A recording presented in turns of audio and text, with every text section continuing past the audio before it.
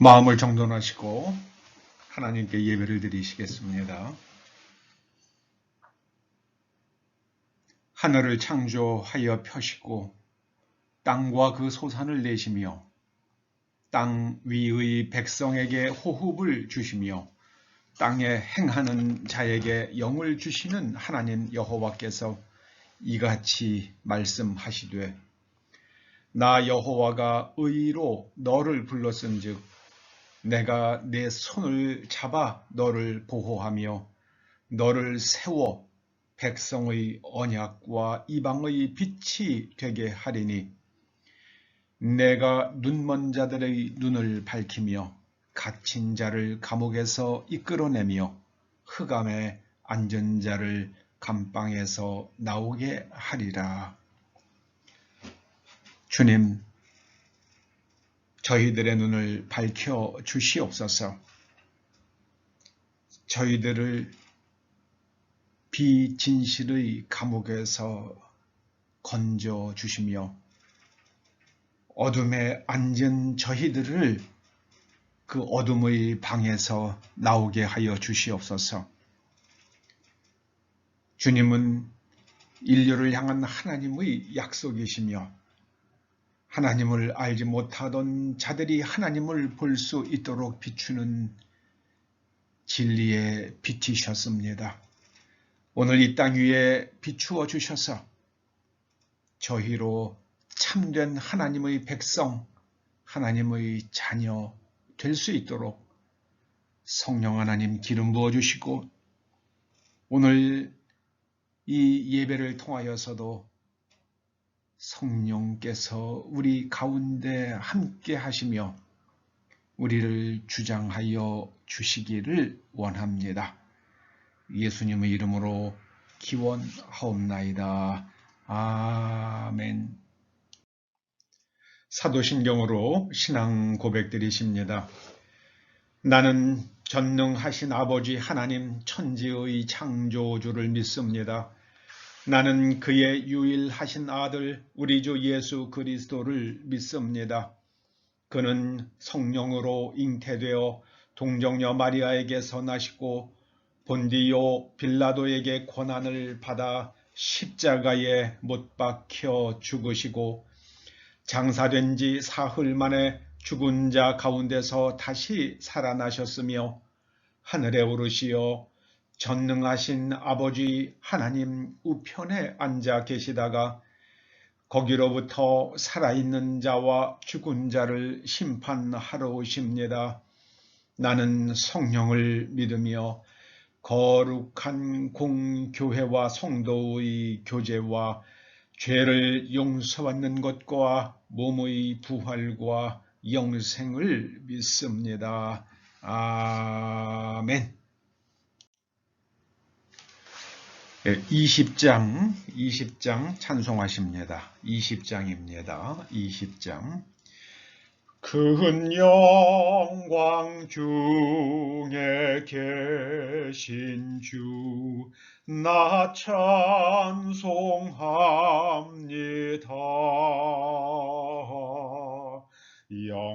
영원히 계신 주 이름 나 찬송합니다. 한없이 크신 능력을 나 찬송합니다.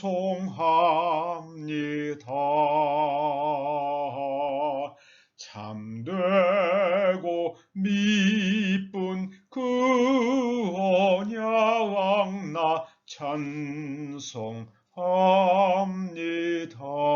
4절이요. 그 온유하신 주 음성 날 불러 주시고 그 품에 품어 주시니 나 찬송합니다.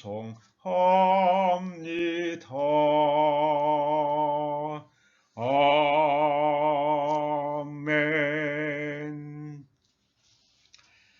여러분들이 여러 모양으로 하나님께 봉헌하신 예물을 위해서 기도하시겠습니다. 아버지 하나님 감사드립니다. 저희들에게 일할 수 있는 건강과 또 일과 기회를 주셨습니다. 이제 또한 그 일들이 열매를 맺게 하셨고 저희들의 소득이 있게 하셨사오니 참으로 감사드립니다. 오직 아버지의 말씀을 따라서 우리 소득의 10분의 1을 하나님께 11조로 올려드립니다.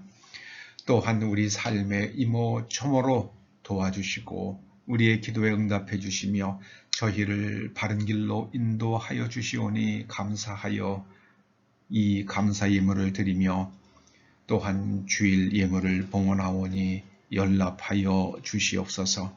주께서 친히 말씀하시기를 주라 그리하면 흔들어 넘치도록 안겨주리라 하셨사오니 저희가 하나님께 이 예물을 올려드리오니 우리의 심령에 하나님의 말씀을 흔들어 넘치도록 채워주시고 또한 저희의 열린 지갑 위에 하나님 하늘의 그 풍성한 복을 흔들어 넘치도록 안겨주시옵소서. 예수님의 이름으로 봉헌 기도드립니다. 아멘. 2021년 1월 31일 1월 마지막 날 하나님께서 우리들에게 주시는 말씀은 누가복음 6장 39절입니다. 누가복음 6장 39절 말씀을 우리가 함께 읽어보시겠습니다. 시작. 또 비유로 말씀하시되 맹인이 맹인을 인도할 수 있느냐? 둘이 다 구덩이에 빠지지 아니하겠느냐? 한 번 더 읽어보십니다.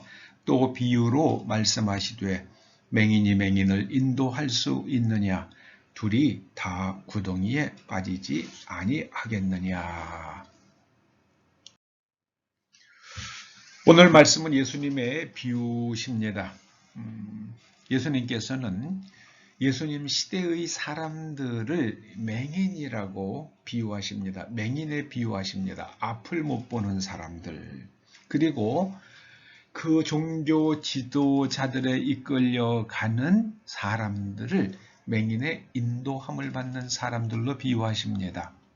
자, 이제 맹인의 인도를 받는 맹인들이 어떻게 되겠습니까? 둘 다 구덩이에 빠지지 아니하겠느냐. 예수님 당시에 있었던 그 바리새인과 서기관들과 대제사장들이 하나님을 알지 못하는 맹인이었다는 그런 주님의 비유 섞인 지적이십니다. 여러분, 눈이 있어도 그 눈이 가려지면 보지 못합니다. 박상민이라는 요즘은 활동을 그렇게 활발히 하는 분은 아닙니다만 그런 가수가 있었습니다. 이분의 트레이드 마크는 선글라스입니다. 좌우지간에 언제나 선글라스를 끼고 나타납니다. 무대에서도 방송에서도 언제나 선글라스를 착용합니다. 이분이 한 번은 자신의 에피소드를 이야기합니다. 무대에 오르면서 너무 진한 선글라스를 착용했다고 그럽니다. 얼마나 그 선글라스가 진했는지 무대 바닥이 보이지 않을 정도였다고 그럽니다. 결국 어디가 무대고 어디가 청중석인지 보이질 않아서 마구 왔다 갔다 하다가 결국에는 무대 아래로 추락하는 사고를 겪었다고 그럽니다. 그때 이후로 이 박상민이라는 가수분은 무대에 오를 때마다 이제 아주 흐린 선글라스, 위는 좀 진하고 아래는 거의 다 보이는 그런 선글라스를 낀다고 고백하는 걸 들어본 적이 있습니다. 눈이 정상이고 눈이 있어도 그 눈이 가려지면 보지 못합니다. 기독교는 콘스탄티누스 이후부터 종교개혁까지 성경에 대해서 눈이 가려져 있었습니다. 성경맹이였습니다. 라틴어 성경만 읽었습니다. 그러므로 일반인들은 라틴어를 모르는 사람들은 성경을 읽을 수가 없었습니다.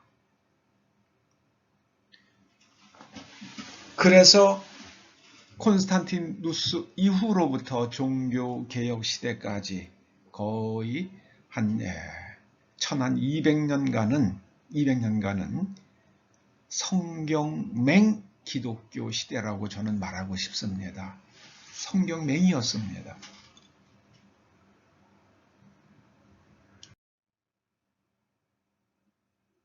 콘스탄티누스는 유대의 문화를 싫어했습니다. 그래서 방언을 하고 또 기도를 통해서 병을 고치고 귀신을 쫓아내면 그런 사람들을 감옥에 가두었습니다.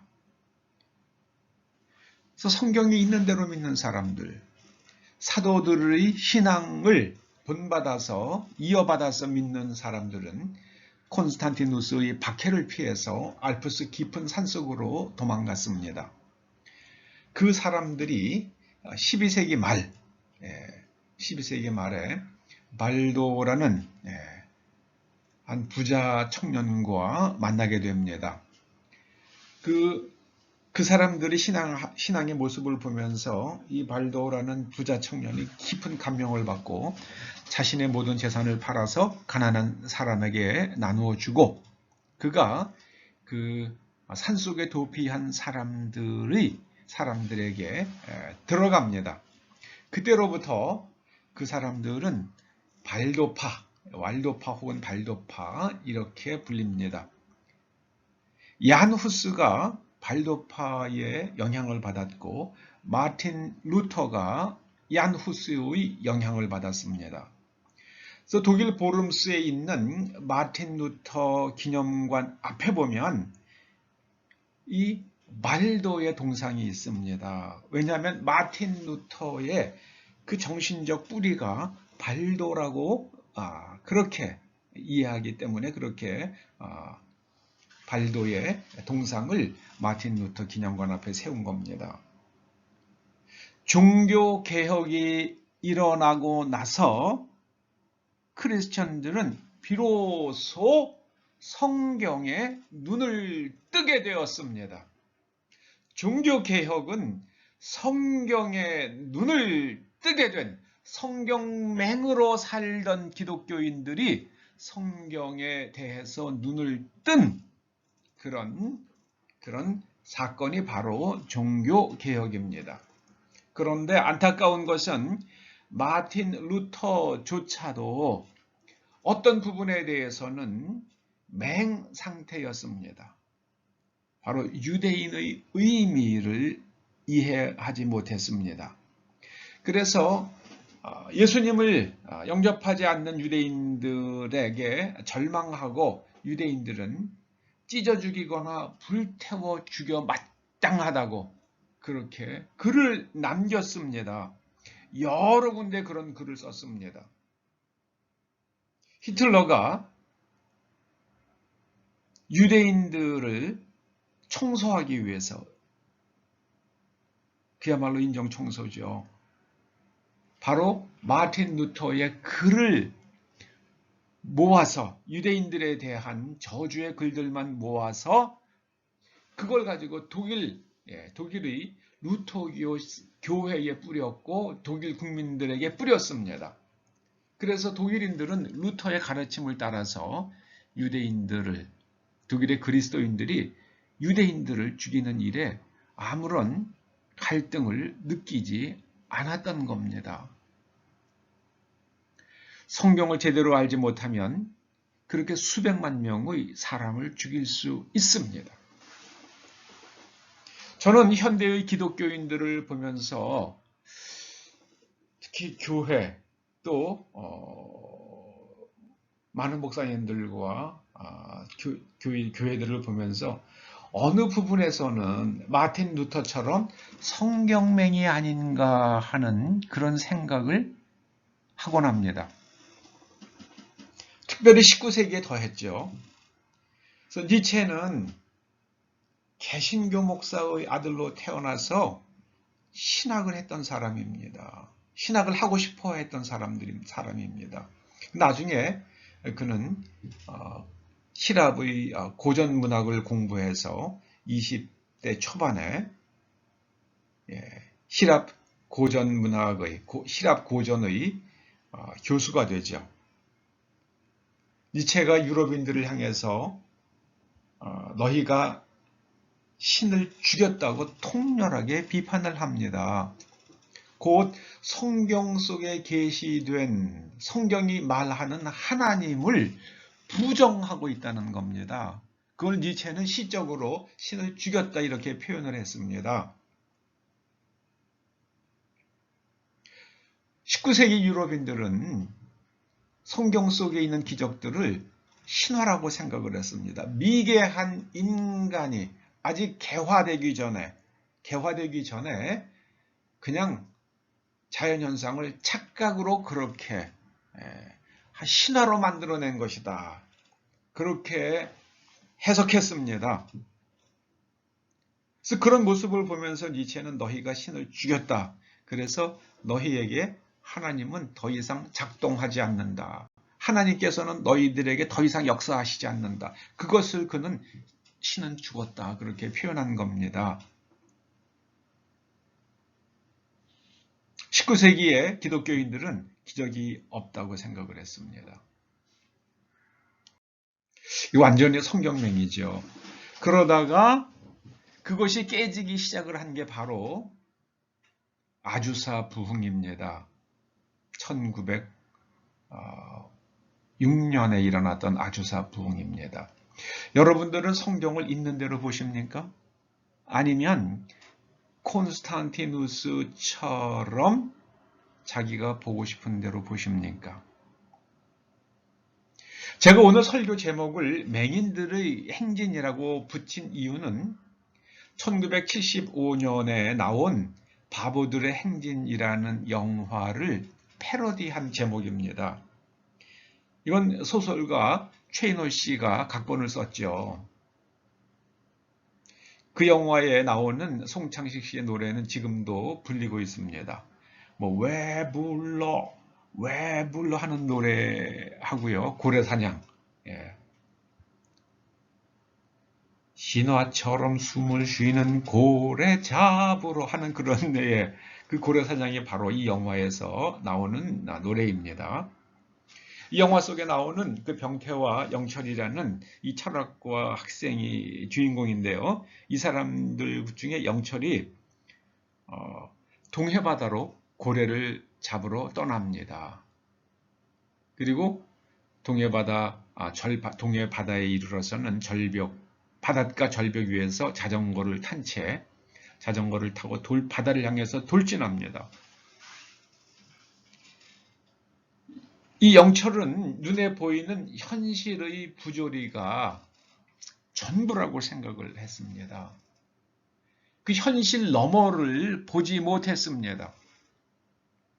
저는 아마도 최인호 씨는 이미 고인이기 때문에 왜 바보들의 행진이라는 제목을 붙였는지 제가 물어볼 수는 없겠습니다만은 최인호 씨는 보이는 것이 전부라고 생각하는 그 시대의 젊은이들은 바보들이다. 그리고 유신을 하는 사람들도 바보들이다. 그래서 바보들이 만든 세상에서 눈에 보이는 그 답답한 현실이 전부라고 생각하는 바보들. 이거는 대한민국 전체가 바보들의 행진이다. 그런 뜻으로 그렇게 바보들의 행진이라는 제목을 붙인 게 아닌가 생각을 해봅니다. 최인호 씨는 나중에 눈이 열리죠. 그래서 그는 기독교 신자가 됩니다. 물론 개신교 신자는 아니고 캐톨릭 신자지만은요. 그는 캐톨릭에 귀의하고 죽었습니다. 저는 세상에서 멀리 떨어져서 한 걸음 떨어져서 세상을 바라보고 있지 않습니까? 제가 보면 현재 인류는 진실맹 상태입니다. 진실맹. 진실을 보지 못해요. 제 보기에 진실이 보도되는 나라는 없어 보입니다. 미국 언론은 진실을 보도하지 않습니다. 저는 미국의 주류 언론들을 그냥 여론 조작 단체라고 부르고 싶어요. 또 그걸 그대로 베껴서 보도하는 한국의 언론도 미국의 주류 언론이 조작기관이라고 그러면 한국 언론도 뭐 크게 다르지 않죠. 한국의 언론들 광우병 파동 때요. 그리고 세월호 사건 때 탄핵을 거치면서 정말 진실에 대해서 눈을 감았지요. 진실에 대해서 눈을 감았습니다. 미국은 페이스북이나 구글, 유튜브, 트위터 같은 곳이 사람들의 말을 차단하고 검열합니다. 뭐 남미와 아프리카 그 가운데 뭐 중공은 말할 것도 없죠. 네. 중공은 정말 말할 것도 없습니다.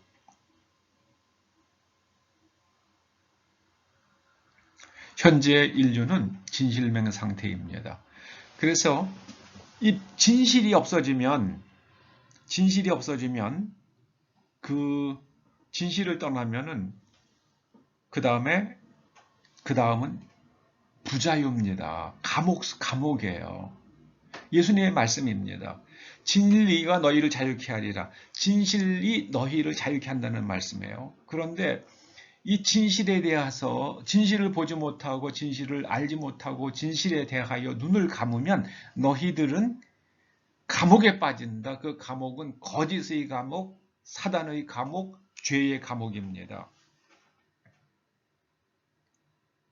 맹이라고 부르는 맹자를 붙이는 여러 개 있죠. 생맹, 색을 보지 못합니다. 색을 구분을 못해요. 문맹, 글자를 보는데 눈으로 글자는 보지만 읽을 줄 모릅니다. 제 친구 하나는 냄새를 못 맡아요. 그래서 냄새를 못 맡는 맹은 후각맹이라는 말은 아니면 뭐 쉬맹 뭐 이런 말은 없더라고요.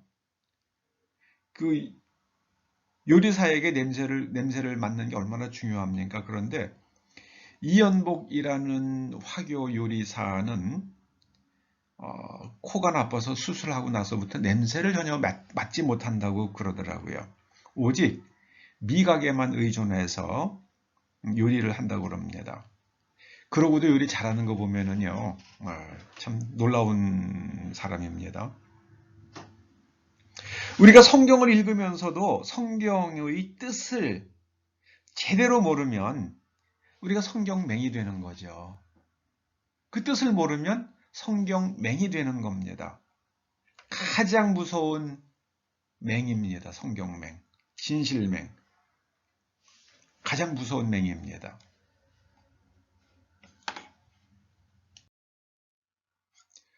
성경맹이 되면 그 결과는 하나님을 모르게 됩니다. 하나님을 모르게 됩니다. 여러분, 제가 몇 가지 한번 예를 들어 보겠습니다. 여러분은 영혼 구원이라는 말을 들으면 제일 먼저 떠오르는 게 어떤 게 떠오릅니까? 제가 수많은 목사님들에게 질문을 했는데 다들 영혼이 죽은 다음에 사람의 영혼이 지옥으로 갈 영혼이 천국에 가는 것이다. 그렇게 말씀들을 하시더라고요. 안 그런 분을 저는 아직까지 만나보지 못했어요. 그런데 성경에 나오는 영혼 구원이라는 말은 그런 뜻은 아니에요. 죽은 다음에 우리 영혼이 우리 육체와 분리되는 영혼이 있는지 없는지 저는 아주 증거로서 명백하게 저는 딱 그걸 구분할 능력은 없습니다. 그러나 성경에 나오는 영혼 구원이라는 말의 뜻은 인간은 육체와 영혼이 분리될 수 있는데 사람이 죽으면 그 영혼이 지옥에 갈 영혼이 천국에 가게 되는 것이다. 그 뜻은 아니란 말씀입니다. 제 말씀을 잘 오해하지 마시기 바랍니다. 성경에 나오는 영혼 구원이라는 말은요, 정신, 진실과 거짓을 구분하지 못하고 나쁜 습관에 나쁜 생각에 물들어 있는 그 정신이 그 악의 감옥에서 악을 지을 수밖에 없는, 죄를 지을 수밖에 없는 감옥에서 해방되는 겁니다. 베드로전서 1장 2절에 보면은요, 피뿌림을 얻기 위하여 택하심을 받은 그리스도의 피뿌린 그리스도의 보혈의 은총을 믿을 때에 우리가 성령을 받고 비로소 자기 자신의 모습을 보게 되고 무엇이 옳은 것이고 무엇이 틀린 것인지를 구분하게 되고 무엇이 진실인지를 알게 된다는 겁니다. 그래서 베드로전서 1장 9절은 믿음의 결국, 텔로스, 믿음의 궁극적 목적, 믿음의 본질, 그것은 영혼 구원이라고 말씀하는데 그 영혼은 푸시케입니다. 정신이, 썩은 정신이 제정신으로 돌아오는 게 구원입니다. 거라사 지방에 있던 광인이 예수님을 만나고 나니까 제정신이 돌아오잖아요. 그게 바로 영혼 구원이에요. 그 영혼 구원을 구체적으로 베드로전서 1장 14절이 이렇게 말씀합니다. 너희 사욕을 따르지 말고 또 거룩한 행실이 거룩해져야 된다. 거룩은 세상 곧 사탄의 권세 아래에 있는 사람들과 다른 세계관과 가치관, 곧 하나님의 세계관과 가치관과 사고방식과 행동 양식을 가지고 그렇게 살아가는 것을 거룩이라고 성경이 말합니다. 눈을 가늘게 뜨고 목소리를 낮게 깔고 그러십니까? 그리고 걸음을 느릿느릿하게 허리를 약간 구부리고 검은 옷을 입고 걸음을 느릿느릿하게 걷는 것이 거룩이 아닙니다. 거룩은 하나님의 세계관과 가치관과 사고방식과 행동 양식을 가지고 살아가는 것을 거룩이라고 말합니다. 그게 영혼 구원이에요.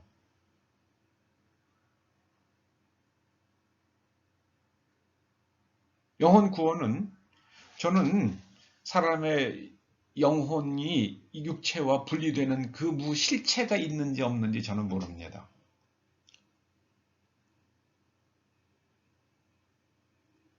그 죽은 영혼이 지옥에 갈 영혼이 천국에 가고, 그러니까 이런 질문이 가능한 겁니다. 제가 질문 받은 신대원 1학년 때 주님의 교회의 한 장로님으로부터 받은 질문이에요. 사람이 죽으면 그 영혼이 천국 갑니까? 천국이 좋은 데입니까? 그런데 그 좋은 데 가 있는데 왜 우리를 부활시키시는지 저는 그 논리가 이해가 안 갑니다. 그런 질문이 나오는 겁니다. 여러분, 안식일이 그렇죠. 예수님께서 안식일을 범했다는 이유로 유대인들에게 박해를 받고 십자가에 죽으시게 되잖아요. 가장 결정적인 제1원인은 안식일을 범하는 사람이라는 죄목입니다. 안식일의 조문은 일하지 않는 겁니다. 그런데 안식일의 텔로스, 궁극적 목적, 그것은 쉼을 통한 생명력 회복입니다. 주인도 쉬고 노예도 쉬고 또 가축도 쉬라는 말씀입니다. 그런데 유대인들은 조문만 생각하고 안식일의 궁극적 목적 텔로스는 생각하지 않았습니다.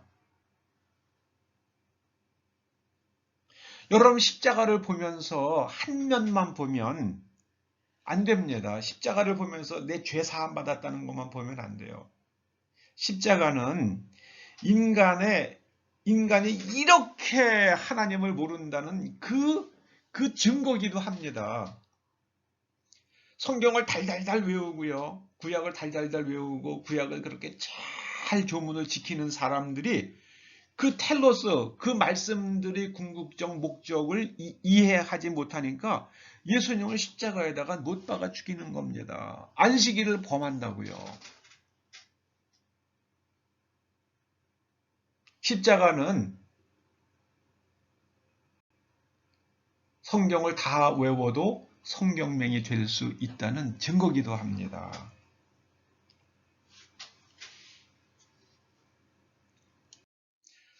여러분 호세아 6장 1절에서 3절 말씀을 잘 아시죠? 호세아 6장을 한번 우리 찾아보시죠. 호세아 6장.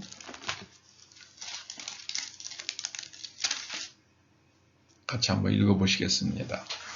오라 우리가 여호와께로 돌아가자. 여호와께서 우리를 찢으셨으나 도로 낮게 하실 것이요 우리를 치셨으나 싸매어 주실 것임이라. 여호와께서 이틀 후에 우리를 살리시며 셋째 날에 우리를 일으키시리니 우리가 그의 앞에서 살리라. 그러므로 우리가 여호와를 알자. 힘써 여호와를 알자. 그의 나타나심은 새벽빛같이 어김없나니 비와 같이 땅을 적시는 늦은 비와 같이 우리에게 임하시리라 하니라. 이게 누가 하는 말입니까? 우리가 하는 말이에요. 하나님의 말씀이 아니에요. 우리가 여호와께로 돌아가자. 이 우리는 누굽니까? 바로 유다와 에브라임입니다. 5장 12절 보면은요. 내가 에브라임, 여기서 나는 하나님이에요. 내가 에브라임에게는 종 같으며 유다 족속에게는 썩이는 것 같도다. 그러니까 에브라임과 유다를 계속해서 쇠약하게 만들고 가라앉히시는 분, 그게 바로 나야. 하나님께서 그렇게 말씀하시는 거예요. 내가 너희들을 지금 망하게 만들고 있다. 그 말씀을 하시는 겁니다. 14절 보세요. 내가 에브라임에게는 사자 같고, 에브라임이 사자 같은 게 아니고요. 하나님께서 에브라임 사자가 한번 물면 그냥 박살이 그 물린 짐승들은 뼈가 으스러지잖아요. 하나님께서 에브라임에게 사자같이 행하신다는 말씀. 에브라임을 하나님께서 물어서 그냥 으깨버리시는 거예요. 유다 족속에게는 젊은 사자 같으니 바로 내가 움켜갈지라 내가 탈취하여 갈지라도 건져낼 자가 없으리라. 그런데 너희들은 뭐라고 그러는 줄 아냐? 너희는 하나님께서 우리를 살리시며 우리를 일으키시고 우리가 그의 앞에서 살리라. 너희들은 그렇게 말한다. 나는 지금 너희들을 물어뜯고 있는데 너희들은 내가 너희들을 고칠 거라고 말해? 이 사람들이 나를 모르는구만. 지금 그 말씀이에요. 호세아 6장 1, 2, 3절은 하나님을 알자고 하나님께서 하나님을 알라고 말씀하시는 절이 그 말씀이 아닙니다. 나는 지금 너희들을 물어뜯고 있는데 너희들은 내가 너희들을 고칠 거라고 얘기하니 이 밥통들아 그 말씀을 하시는 거예요. 그거는 호세아 6장 1절에서 3절 말씀을 가지고 하나님을 압시다. 하나님을 잘 아십시다. 이렇게 접근해 가면은 좀 이상한 거죠. 이게 성경맹이 되는 겁니다. 하나님께서 이스라엘 백성들에게 원하시는 건 뭡니까? 너희의 인애가 아침 구름이나 쉬 없어지는 이슬 같. 사람들이 제사는 열심히 지냈는데 그 가운데에요. 사람을 불쌍히 여기고 친절하게 대하는 게 없는 거예요. 나는 인애를 원하고 제사를 원하지 아니하며 번제보다 하나님을 아는 것을 원하노라. 그러나 너희들은 아담처럼 언약을 어기고 거기에서 나를 반역하였느니라. 언약을 어기고 나를 반역하면서 내가 너희들을 치료할 거라고 말하는 너희들, 이 사람들이 웃기는구만. 그게 호세아 6장 2절의 말씀의 의미입니다. 인류는 현재 진실명 상태입니다. 진실을 떠나면 지혜도 없어지고 명철도 없어지고 총명도 없어집니다. 여러분 진실을 아는 게 얼마나 중요합니까? 1980년대 초 에이즈가 인류를 전멸시킬 것 같은 그런 공포 분위기가 있었습니다. 미국의 한 경찰이 어떤 그 사고 처리를 하는 도중에 그 부상자의 피가 그의 손에 묻었습니다. 그 나중에 그 피를 흘린 사람이 바로 에이즈 환자라는 게 밝혀졌습니다. 그러자 이 경찰은 자신이 에이즈에 걸렸다고 생각하고 자살했습니다.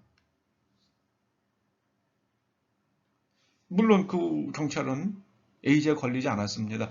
피가 피부에 묻었다고 해서 에이즈에 그대로 걸리는 것은 아닙니다. 이게 바로 진실을 다 알지 못하는, 그래서 진실맹이 스스로 목숨을 끊는 그런 비극적 사건이었습니다.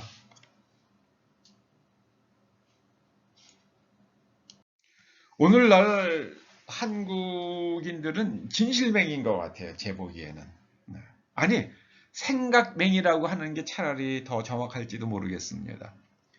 지금 정부에서 수중보를 철거한다고 그러잖아요. 뭐 870억인가, 좌우전에 850억 넘는 돈이 들어간다고 그럽니다. 얼마나 큰 돈입니까? 그런데 그렇게 돼서 그 수중보에 갇혀있는 물이 없어지는 거 아닙니까? 흘러내보내니까요. 그러면 이걸 자기네들 마음대로 해요. 아닙니다. 그 물주인의 허락을 받아야 되잖아요. 여러분, 물주인이 누굽니까? 거기 그 보에 갇혀있는 물의 주인이 누굽니까? 그 물의 혜택을 받는 사람이에요. 그 물 가지고 농사를 짓는 사람들이에요. 그래서 그 물 가지고 농사를 짓는 사람들의 허락이, 그걸 결정할 사람들은 그 농사를 짓는 사람들이에요. 그리고요, 그 보 때문에 수질이 더 좋아졌는지 적어도 10년 이상은 관찰해야 되잖아요. 급하지 않은 거예요. 뭐 다슬기가 있다 없다? 그걸 가지고 수중보를 갖다 다슬기 살리자고 수중보를 없애야 된대요. 이런 세상에 이런 답답한 일이 어디 있습니까? 수중보 때문에 얻는 것들은 그거는 전혀 무시해버려요. 한 가지만 가지고 9가지 좋은 게 있어도 한 가지 나쁜 게 있으면 그것 때문에 그게 없어져야 된다고 얘기해요. 이게 생각이 없는 생각맹이죠. 수중보 설치 후에 수질이 가장 나쁜 날과 수중보 설치하기 전에 수질이 가장 좋은 데이터를 비교하면은 당연히 수중보 설치 때문에 물이 나빠졌다고 얘기할 수 있겠죠. 그걸 거꾸로 해봐요. 수중보 설치하고 수질이 가장 좋은 날과 수중보 설치하기 전에 수질이 가장 나쁠 때, 이거는요, 수중보 설치해서 물이 좋아졌다는 결론이 나옵니다. 이거는 우리나라에서 최고의 수질학자가 하는 얘기예요. 우리나라에서 탈원전 하겠다는 사람들이 북한에다가는 원전 지어주겠다고 그렇게 뭐 했다고 그러지 않습니까? 제가 그걸 보고 나서 그런 기사 댓글에 그런 글을 하나 달았습니다. 왜 북한에다가 원전을 지어주자고 그랬을까? 방사능 오염돼가지고 북한 사람들 다 죽으라는 큰 그림이야. 아주 원대한 그림이라고 제가 그렇게 댓글을 하나 달았습니다. 왜 그랬을까? 북한 사람들 죽이려고. 방사능 오염돼서 북한 사람들 다 죽으라고. 그게 바로 북한에 원전 짓겠다는 깊은 뜻이라고요. 제가 그런 댓글을 달았습니다. 참 놀라운 아이디어죠. 점진적 원자폭탄을 북한에 터뜨리는 거죠. 여러분, 일본의 후쿠시마 원전과 우리나라의 원전은 완전히 다른 원전이에요. 완전히 다른 원전입니다. 생각맹이에요. 생각맹. 미국도 진실맹이 되었죠. 아까도 말씀을 드렸습니다마는 미국의 주류 언론은 가히, 저는 제 보기에는요, 언론 조작단이에요. 언론 조작단. 그런 수준입니다. 그리고 그걸 베끼는 한국의 언론도 그렇게 따라갈 수밖에 없죠. 안타깝습니다. 여러분들은 맹상태에서 벗어나자고, 우리는 맹상태에서 벗어나서 정말 성경을 있는 대로 보고, 그리고 하나님을 알고 하나님 앞에서 우리가 체다카와 미슈파트의 사람이 되어서 하나님 나라의 그 풍성한 복을 다 다 받아 누리는 그런 인생을 살자고요. 그게 하나님의 그림이에요. 성경에 나와 있는 하나님의 그림입니다. 쪽박차고 가난하게 사는 게 하나님의 그림이 아닙니다. 하나님의 계획은요, 우리가 토부의 사람이 되는 거예요. 복받은 하늘에 그 하나님 나라의 그 풍성함을 누리는 사람이 되는 겁니다. 그래서 가족과 더불어 잘 먹고 잘 사는 게 부정한 방법이 아닌 하나님의 방법으로 잘 먹고 잘 살고 남에게 친절하고 행복하게 사는 것이, 그것이 바로 번성하고 이 자연을 아름답게 가꾸고, 그게 하나님의 그림입니다. 그 그림을 보고 그런 세상을 만들어가는 사람이 되자고요. 제가 오늘 이런 제목을 붙인 겁니다. 우리가 맹 상태에서 벗어납시다. 성경맹 상태에서 벗어납시다. 진실맹 상태에서 벗어나자고요.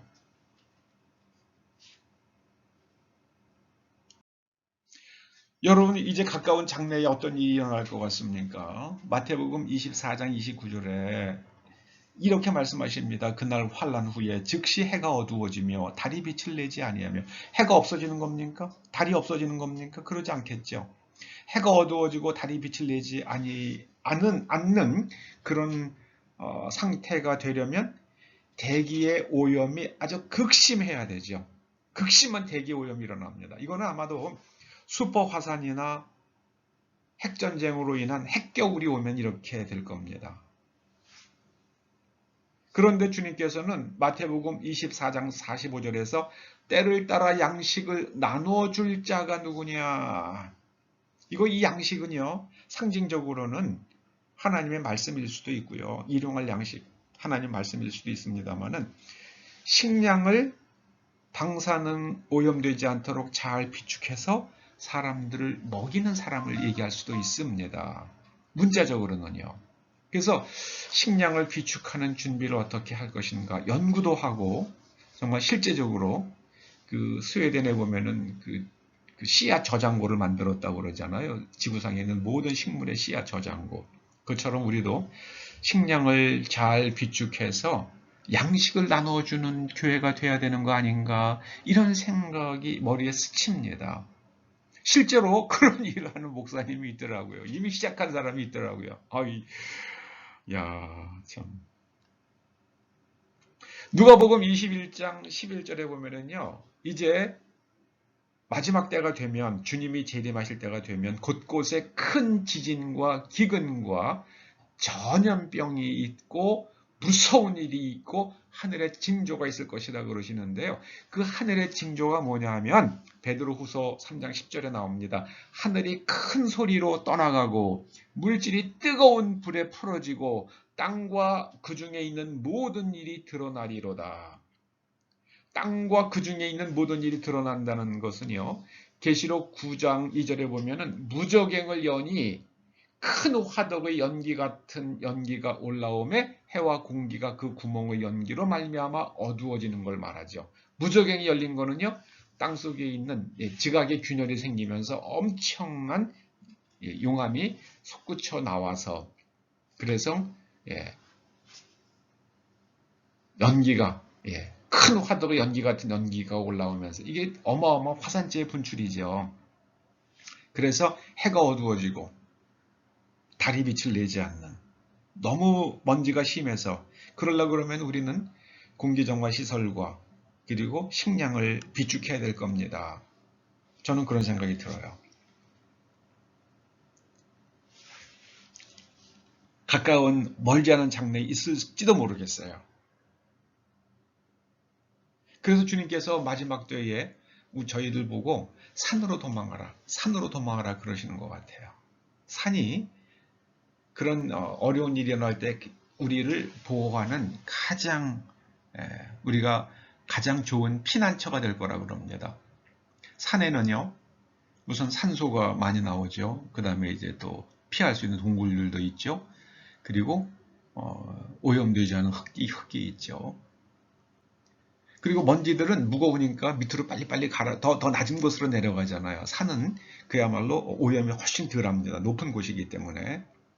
그 다음에 산에 가면 제일 중요한 게요, 샘물이 있어요. 물이 있습니다. 샘물이 산에는. 그래서 요즘에 우리가 좋은 샘물이 늘 마르지 않는 샘물이 있는 그런 임야를 찾아서 우리가 쉘터를 하나 만들어야 되는 거 아닌가, 이런 생각을 일부 좀, 이거 거의 아직은 상상 수준입니다만은 그런 생각을 일부 합니다. 성경이 있는 것을 갖다가 그대로 믿으면 뭐 그렇게 준비를 해야 되지 않겠나 하는 생각을 해보는 거죠. 여러분, 그 TV 중에 QLED TV라는 게 있잖아요. 이게 퀀텀 닷이라는 걸로 이루어져 있습니다. 퀀텀 닷이라는 것은 아주 수 나노미터 크기의 반도체 결정을 퀀텀 닷이라고 얘기합니다. 그런데 이 물질의 크기가 나노미터로 줄어들면 그 전기적, 광학적 성질이 완전히 변한다고 합니다. 그래서 이것은 TV를 만들기 위해서 개발이 됐는데요. 디스플레이를 위해서 개발한 퀀텀 닷인데 이게 피부에 삽입을 하면 보이지 않는데 어떤 상태를 이렇게 거기에 뭐를 쏘이거나 그러면 그게 빛을 낸대요. 그래가지고 그걸 이용을 해가지고 여기에 인체 정보를, 그 사람의 정보를 확인할 수 있다고 합니다. 그래서 이걸 가지고요, 퀀텀 닷을 이용을 해서 사람 몸에 보이지 않는 문신같이, 피부 밑에다가 문신같이 보이지 않는, 그걸 읽을 수 있는 것만 읽을 수 있는 그런 장치를 요새 퀀텀 닷 타투라고, 퀀텀 닷 문신이라고 부르는데, 그걸 가지고 사람의 정보를, 이 사람이 백신을 맞았느냐, 이 사람이 뭐 좌파냐 우파냐, 어느 나라 사람이냐, 이 사람이 DNA 정보가 뭐냐, 어떤 질병을 가지고 있느냐, 이런 것들을 다 담는 정보 칩으로 사용할 수 있는 연구가 진행되고 있다고 그러더라고요. 거의 뭐 다 완성 단계라는 말이 있습니다. 여러분, 퀀텀 닷 타투라는 걸 한번 찾아보시기 바랍니다. 또 지난번에 제가 목회 컬럼에도 썼던 하이드로젤은 뼈와 결합한다고 그러죠. 이거는 일단 뼈와 결합하게 되면 이 제거가 불가능하다고 합니다. 그래서 이 하이드로젤과 퀀텀 닷과 최근 한국에서 개발한 동물의 행동을 조종하는 기술, 동물의 행동을 조종하는 기술이 지금 개발이 됐어요. 한국 과학자들에 의해서요. 이게 세 개가 합쳐지면 인간을 로봇처럼 조종할 수 있는 시대가 올 것 같아요. 그런데 성경은요, 그런 시대가 오면 만약에 이런 것들을 우리가 수용하게 되면 우리는 심각한 상황에 빠진다. 성경이 그걸 경고하고 있습니다. 계시록 14장 7절에 이런 말씀이 나옵니다. 그가 큰 음성으로 이르되 하나님을 두려워하며 그에게 영광을 돌리라. 이는 그의 심판의 시간이 이르렀음이니 하늘과 땅과 바다와 물들의 근원을 만드신 이를 경배하라. 최근에 미국의 한 사역자가 천사의 방문을 받았다고 고백을 하더라고요. 그런데 그 천사가 부디 많은 사람들에게 전해달라고 한 말이요, 하나님을 두려워하며 그의 계명을 지켜라. 이 성경 말씀을 부디 기억하라고 그렇게 당부하더랍니다. 하나님을 두려워하며 하나님의 계명을 지키는 저와 여러분 되어서 우리가 성경 말씀을 정말 있는 대로 제대로 깨닫고 알아서 이 마지막 때에 주님 오실 때에 우리가 그 하나님의 영원하신 나라에 넉넉히 들어갈 수 있기를 소원합니다. 계시록 14장 8절입니다. 무너졌도다 무너졌도다 큰 성 바벨론이여, 모든 나라에게 그의 음행으로 말미암아 진노의 포도주를 먹이던 자로다 하더라. 9절입니다. 만일 누구든지 그의 우상에게 경배하고 이마에나 손에 표를 받으며 그도 하나님의 진노의 포도주를 마시리니 그 진노의 잔에 섞인 것이 없이 부은 포도주라. 여러분, 만약에 우리의 몸에 어떤 퀀텀 다시나 하이드로젤 이런 것들이 투입하는 백신이라는 그런 가장을 통해서 하는 일이 일어난다면 우리가 그것을 거부할 수 있기를, 그 맹이 되지 마시고 거부할 수 있고 그리스도만 경배하며 믿는 저와 여러분 될 수 있기를 주님의 이름으로 축원합니다. 기도하시죠. 아버지 하나님 감사드립니다. 저희로 성경의 말씀을 깨닫고 성경을 있는 대로 이해하고 또 하나님께서 우리에게 주신 지혜와 명철과 총명을 잘 이용해서 마지막 때에 하나님의 자녀로 성령의 인도하심을 받을 수 있도록 도와주시고 함께 하시고 인도하여 주시옵소서. 예수님의 이름으로 기도드립니다.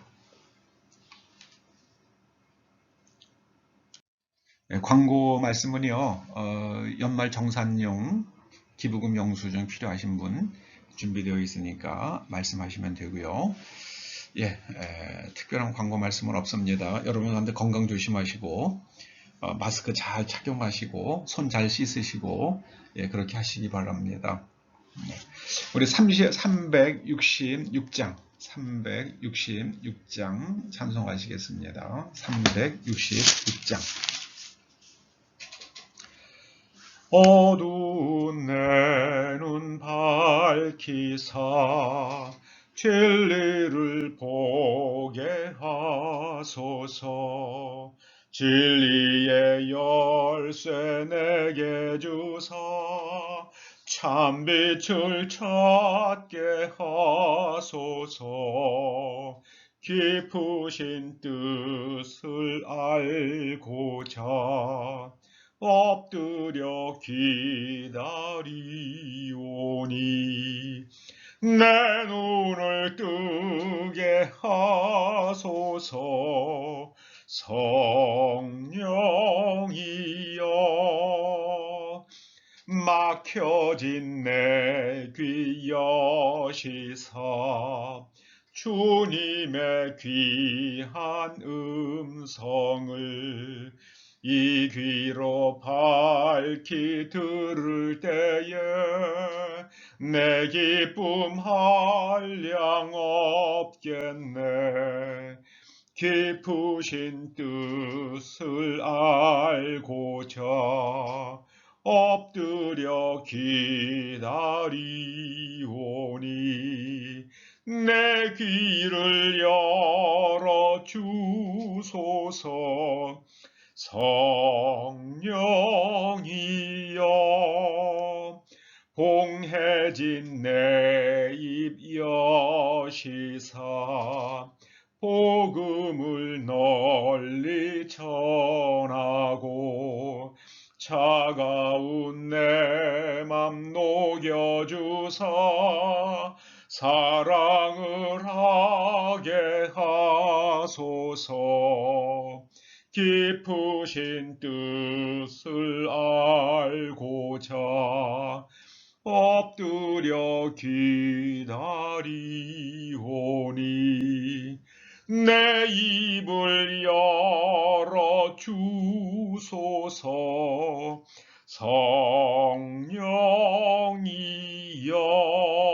성령이여.